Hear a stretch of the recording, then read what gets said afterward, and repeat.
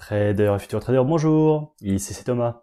J'espère que vous allez bien, j'espère que vous avez passé de bons trades dernièrement, j'espère que vous avez gagné de l'argent sur les marchés boursiers.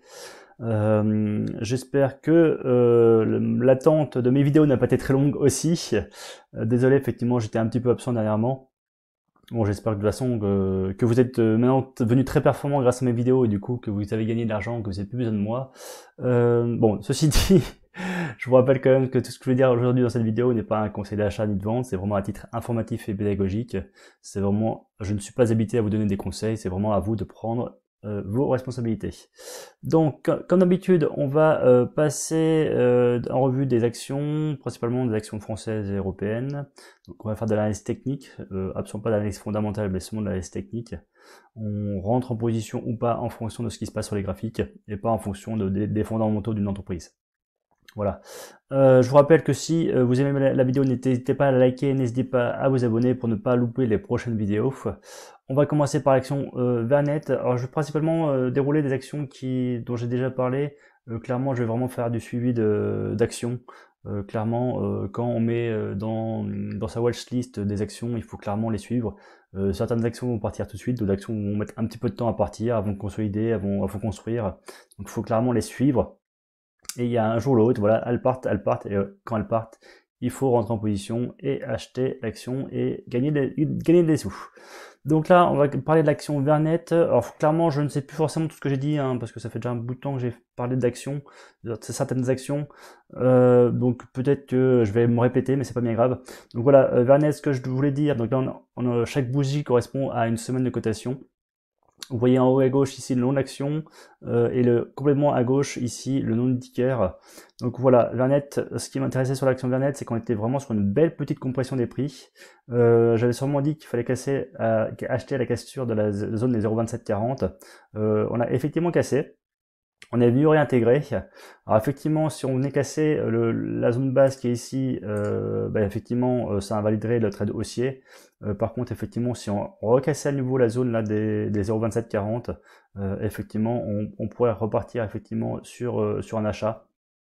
Et du coup, toujours viser la zone bleue qui est ici comme premier objectif. Après, rien ne dit qu'on casserait pas complètement. Rien ne dit qu'effectivement cette zone ne sera pas cassée. Excusez-moi. Ça se trouve, elle sera cassée et du coup, on pourra continuer vers des plus hauts sur l'action Vernet. On va passer maintenant à l'action Valbiotis. L'action Valbiotis qu'on peut voir ici en données hebdomadaires. Donc chaque bougie correspond à une somme de cotation. Voilà, j'avais dit que je voyais éventuellement une épaule tête, épaule inversée. Bon, pour l'instant, effectivement, bah voilà, faut attendre que ça construise. On n'est pas encore à ce point-là. Peut-être que j'avais dit qu'effectivement, je la voyais bien justement, effectivement, aller jusqu'à la zone des 8,27-29 €. Là, effectivement, elle part un petit peu dans l'autre sens. Et voilà, clairement, hein, les flèches, c'est pas des flèches précises, ça peut tout simplement faire ça. Et du coup, hop, je continue à partir. Les figures chartistes, c'est jamais des figures très précises. Voilà. Action, donc ça n'invalide pas du tout ce que j'avais dit à l'époque, hein, clairement que on pouvait éventuellement être sur une figure de retournement sur l'action Vernet. Donc on va se mettre en données journalières juste pour voir un peu ce qui se passe un peu plus au niveau, enfin zoomer un petit peu. Voilà, effectivement on avait une belle petite construction aussi, avec une deuxième petite construction. Ah oui d'accord, je me rappelle effectivement ce que j'avais dit. Il y avait une deuxième construction ici que j'espérais casse par le haut. En l'occurrence effectivement elle a cassé par le bas. On est en train de, du coup, alors pour ceux qui seraient, d'ailleurs, on ne serait pas du tout rentré en position parce que du coup la zone des 7,16 € n'est pas rentrée en position, n'a pas cassé.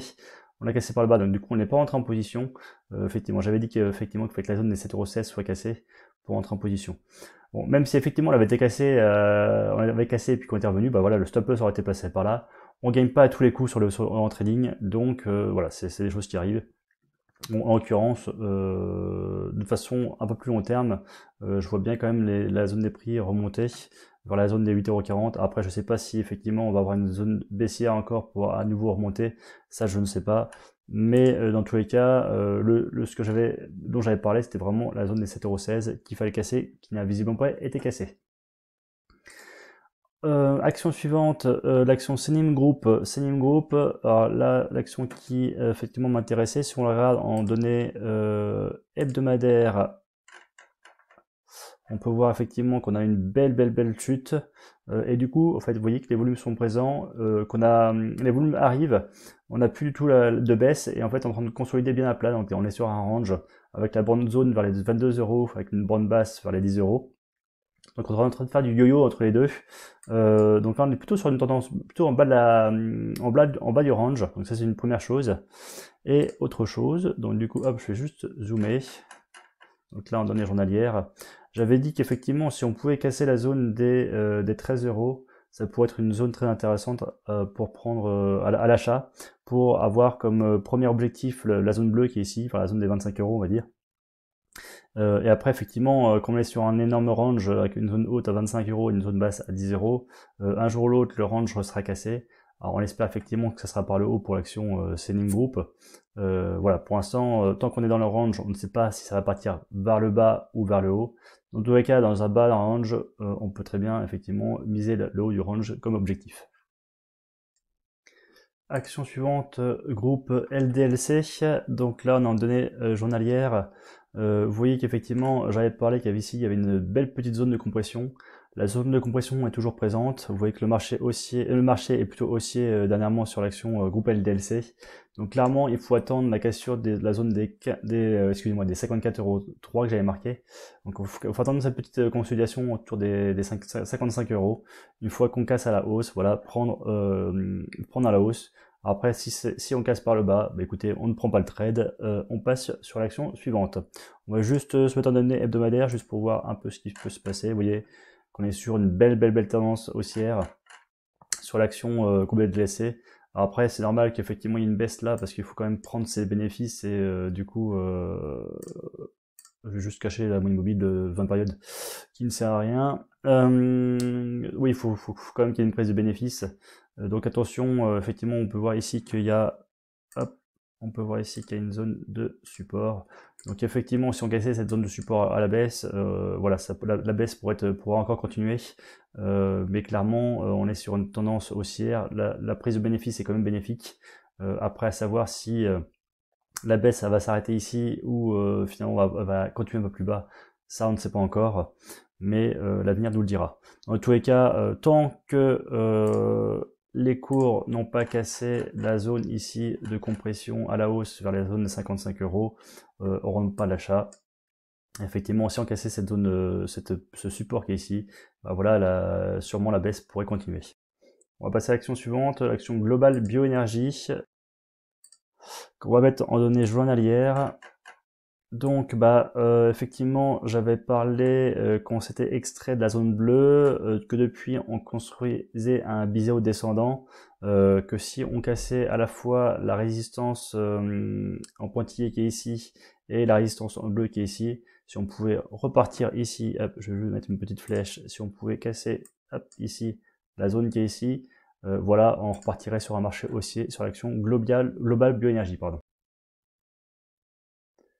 Action suivante, McPhy Energy, dont j'avais parlé en disant qu'il y avait une belle petite consolidation ici, belle petite construction, pardon, avec un double creux, le double creux qui a été cassé par le haut, avec un petit pullback ici sur l'ancienne résistance qui servait de support. Voilà, on est parti vers la hausse sur l'action McPhy Energy, donc effectivement il fallait prendre à l'achat du coup sur le support ici si on pouvait. Sinon voilà, c'était pas idiot d'acheter aussi sur la cassure enfin si, je sais plus où j'en avais parlé, je crois que j'en avais parlé, bon je sais plus où j'en avais parlé. Bon, en l'occurrence, même si vous achetez pas ici sur le support, vous pouvez aussi acheter sur la cassure ici de l'ancien plus haut. Et voilà, partir sur le trade. Le premier objectif étant vers la zone des 27 euros. Voilà, après on pourrait aussi aller un peu plus haut, mais il est fort possible qu'il y ait une petite zone de consolidation vers ces niveaux-là. Action suivante, Neoen, dont j'avais parlé dans la même vidéo, je me rappelle. Alors Neoen, effectivement, c'était un peu la même configuration, une belle petite compression. Alors par contre, on a cassé à la hausse.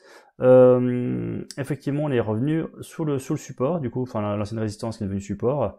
Pour ceux qui sont en position, bah, on est rentré par ici, le support, le stop loss est par ici. Le trade pour l'instant n'est pas encore validé. Voilà, après c'est pour votre style de votre stratégie. Peut-être que vous considérez que si vous repassez sous la résistance, du coup effectivement le trade est invalidé. Voilà, après à chacun de voir un peu sa façon de trader. En l'occurrence, le trade haussier est parti, on va dire, entre guillemets, échoué pour le moment, mais ce n'est peut-être que partie remise. Action suivante, Guillemot, vous voyez une belle petite tendance haussière, une belle petite consolidation. Ici, il y avait une belle petite construction, un beau range bien à plat. On a cassé à la hausse, vous voyez le jeu des volumes ici, à la hausse, cette petite construction. C'est hop, on est reparti à la hausse sur Guillemot. Donc, pour ceux qui ne sont pas en position, clairement, pour moi, il est un peu trop tard pour entrer en position. Il faut attendre simplement une autre construction pour entrer en position. Ou une autre stratégie, hein, tout simplement. Là, je vous parle seulement des supports, des résistances et voilà, des choses comme ça. Peut-être que vous basez peut-être par rapport au moyenne mobile, 20 périodes, 50 périodes, etc., pour entrer en position, le RSI, le MACD et autres. Donc voilà, selon la stratégie là que je vous montre sur les vidéos, effectivement, il est trop tard pour entrer en position. Bien entendu, il existe d'autres stratégies pour rentrer en position. Global Blockchain Group, pardon. Alors là, vous voyez une belle petite configuration, une belle tasse avec une anse ou un double creux comme vous voulez.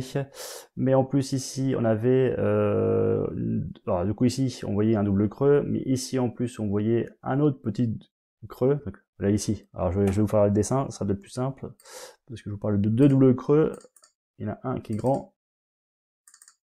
Voilà, un premier double creux, et finalement il y a un deuxième petit creux, double creux, qui est là, juste là, tac, tac. Donc effectivement, voilà, rentrer en position ici, voilà, pour moi c'était vraiment la position idéale. Alors après, on peut aussi se baser par rapport à l'énorme double creux qui est ici, et clairement, si on se casse la zone des 1,52€, voilà, clairement, on repartirait vers des plus hauts sur Blockchain Group. Action suivante, Beneteau, vous voyez, on est sur un beau range, les cours viennent de buter sur le beau range. Par contre, vous voyez ici cette super zone de compression, vraiment les cours, ils ne faisaient plus rien, ils étaient comprimés. Vous voyez, quand ça a cassé la zone de compression, on a eu les volumes qu'on peut voir en bas, et en plus, voilà, une belle hausse. Je vois pas pourquoi maintenant que les prix ont fait une belle petite compression comme ça, je vois pas pourquoi on buterait sur le canal haussier. Alors, effectivement, on bute effectivement, mais je vois pas pourquoi on s'arrêterait. Je pense qu'effectivement c'est juste un arrêt temporaire et qu'on va continuer vers des plus hauts, vers l'action Beneteau. Chargeur,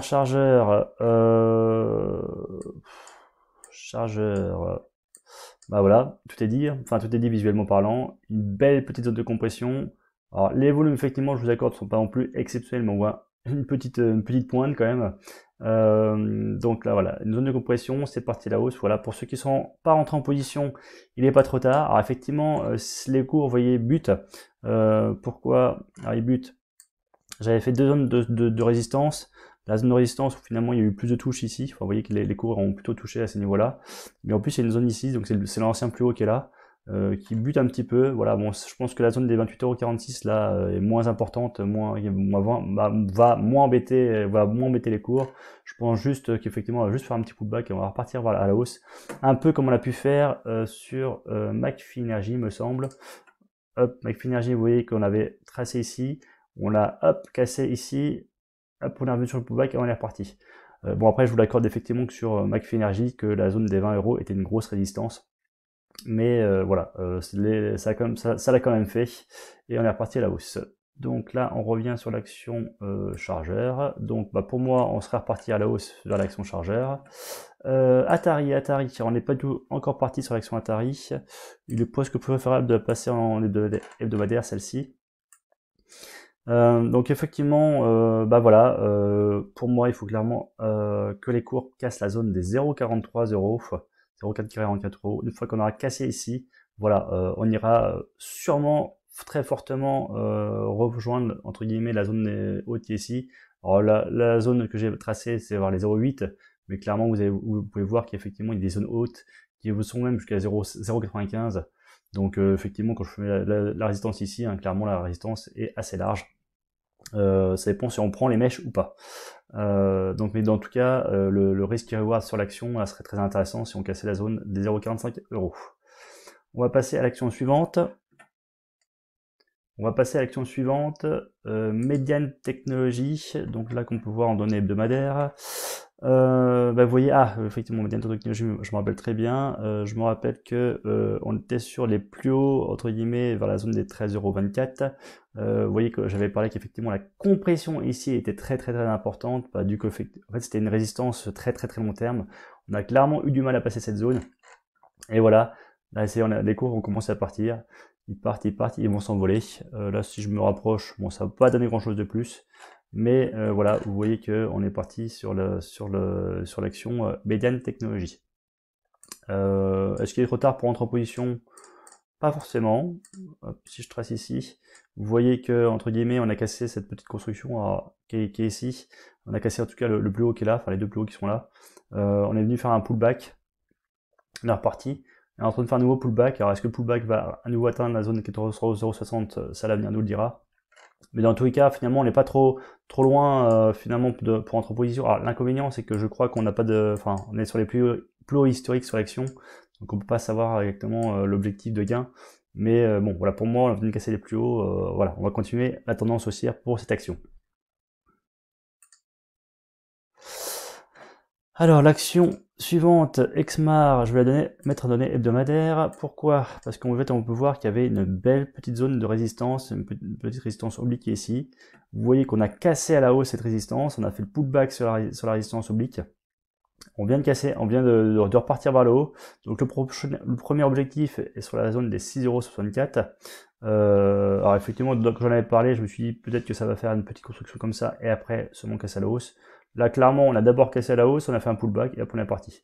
Donc du coup, hop, ça c'est validé. Dans tous les cas, on a quand même cassé la résistance oblique et la résistance horizontale que j'ai tracée ici. Donc on a cassé une double résistance. Pour repartir réellement sur un marché haussier, pour moi, il faudrait casser la zone des 6,70 € qu'on peut voir là. Après, clairement, là pour moi, vu qu'on a cassé ici à la hausse, on va aller le chercher dans tous les cas.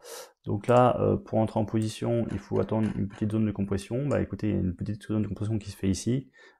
Si elle pouvait se faire, voilà, je ne sais rien comment elle va se faire, mais si elle se fait là, vous prenez l'achat, par exemple, si la zone se fait par ici, vous prenez l'achat sur la zone des 4,70 € et votre premier objectif sera sur cette zone des 6,64 €. Voilà. Voilà. Action suivante. Garbé, écoutez, tout est dit, belle petite zone de compression, on a cassé à la hausse. Là, on est en train de faire le pullback en plus, pile poil sur la zone qui a été exposée à la hausse. Hop, on va se mettre en données hebdomadaires, je pense qu'on verra beaucoup plus de choses. Alors attention quand même, on revient d'une tendance baissière dernièrement, on vient seulement de la casser, on est en train de faire le pullback, donc alors, vraiment il y a une belle petite zone de prise une zone pour entrer en position, c'est une belle petite zone pour entrer en position, c'est nickel à ce niveau-là. Par contre, si ça se trouve, c'est juste, voilà, vous savez très bien que quand on monte jamais en ligne droite, quand on monte, finalement les cours, ils font, voilà, ils sont, j'ai du mal avec la souris, peu importe, ok voilà, ils montent pas en ligne droite, vous avez compris, mais en fait on fait aussi le contraire, on fait aussi l'inverse quand on descend, donc clairement ça se trouve là, on descend, on monte, on descend, on monte, donc ça se trouve en train de monter, et ça se trouve on va à nouveau redescendre, donc attention quand même, je pense qu'il faut vraiment attendre un mouvement qui reparte vers le haut pour rentrer en position, c'est vraiment ce mouvement vers le haut qui vous dira effectivement que l'action a fini à donner son impulsion à la hausse. Donc voilà, rentrez pas forcément en position parce qu'on est sur une zone de support, mais voilà, je pense qu'il faut vraiment attendre ici la zone, une impulsion haussière pour rentrer en position. Action suivante, Econocom Group. Econocom Group, pourquoi elle m'intéresse? Vous voyez que on est vraiment sur. Si je supprime ça juste rapidement, hop. Voilà, pour pas vous perturber, vous voyez qu'on est sur une belle petite zone ici de compression. On est sur une belle petite configure. Les cours viennent buter sur la zone des 3,92 €. Alors par contre effectivement on est à la fois sur une résistance oblique comme j'ai tracé en pointillé comme une résistance horizontale, donc il est fort possible que les cours reviennent rechercher le bas du canal.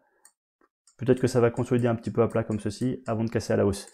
Je ne sais pas ce que l'avenir nous réserve, mais en tout cas, effectivement, voilà. Pour moi, quand on cassera la zone des 3,92 €, on repartira à la hausse sur l'action Econocom Group. Je vous rappelle, n'hésitez pas à liker la vidéo, n'hésitez pas à vous abonner si vous trouvez tout ça intéressant et que du coup vous ne voulez pas louper de vidéos la prochaine fois. On va passer à l'action suivante, l'action Walix. L'action Walix ici qu'on voit en données hebdomadaires, belle petite construction, vous voyez, avec une belle petite compression ici des prix, hop, on a cassé à la hausse. Là, on fait une belle petite compression, on vient de casser à la hausse, bon effectivement, on est en données hebdomadaires, donc il fallait rentrer en position clairement vers la zone des 30 euros. Si je vous montre aussi l'action, c'est pour vous montrer que comment on rentre en position, enfin finalement dont je vous parle, c'est toujours pareil, hein, vous voyez, une petite consolidation, hop, cassure à la hausse. Là, vous voyez qu'il y a une belle petite consolidation. Par contre, cassure à la baisse. Voilà. Ça marche aussi dans les deux sens. Hein. Tout simplement. Hop, on va juste se rapprocher un peu. Donc, on a cassé à la hausse. Par contre, vous voyez qu'ici, on a une belle petite consolidation, une belle petite compression des prix. Ben, vous savez ce qu'il vous reste à faire. Si ça casse à la hausse, vous prenez le trade à la hausse. Vous prenez le trade à la hausse. Hop, ça, on peut le supprimer.